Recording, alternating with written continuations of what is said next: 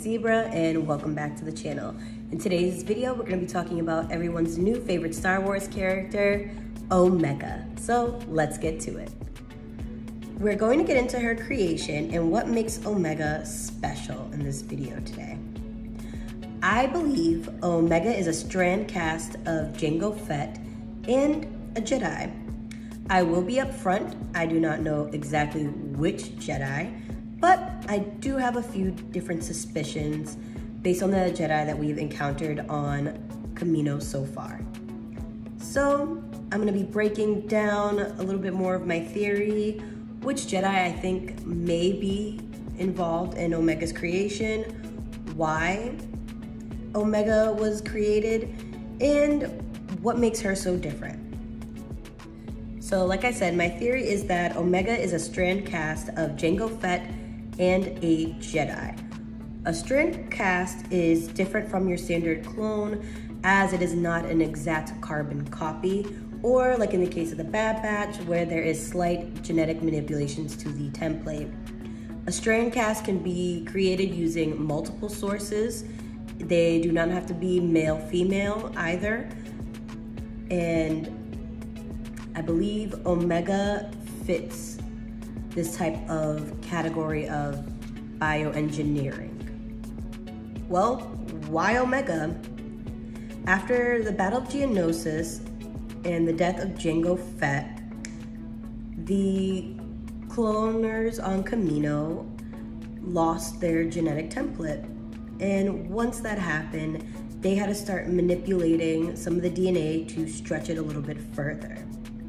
I believe that taking their clones to the next level for them meant making Force-sensitive clones. The Kaminoans obviously had some exposure to the Jedi with Darth Tyrannus and Sifo Dyas at first when they placed the order to create the Jango Fett clones, Obi-Wan Kenobi when he first went to their facility and brought this discovery to the Republic, and the countless other Jedi that have visited Kamino and or trained the clone troopers there. The cloners, being the scientists that they are, always wanting to experiment and learn more on what they can do with DNA. I believe that is why they decided to start experimenting with making Force-sensitive clones. Not only that, she is referred to as a contingency plan by the Prime Minister of Kamino in the most recent Bad Batch episode. So I think that they wanted to find a way to replace. I believe they were aware of Order 66 as well as countless other orders that were programmed in the inhibitor chips. Not only that, seeing the power of the Jedi would make them want to emulate that in their clone products. What makes Omega special? Well, for starters, she is the only girl clone that we are aware of. She also has blonde hair, which is similar to Jango Fett's mother and his sister, Arla. Crosshair has silver hair, which is a bit different, I think, due to the genetic manipulation and the clones having rapid aging. That is why his hair is gray, grayish silver, if you will. We also see Captain Rex, Commanders Gregor and Wolf with whitish gray hair in Rebels and Rex in Return of the Jedi. Omega also seems to have Force sensitivity in the form of prescience and enhanced reflexes. These are the same signs Qui-Gon Jinn points out about Anakin to his mother, Shmi, in The Phantom Menace. Also, she looks more feminine than the rest of the clone cadets.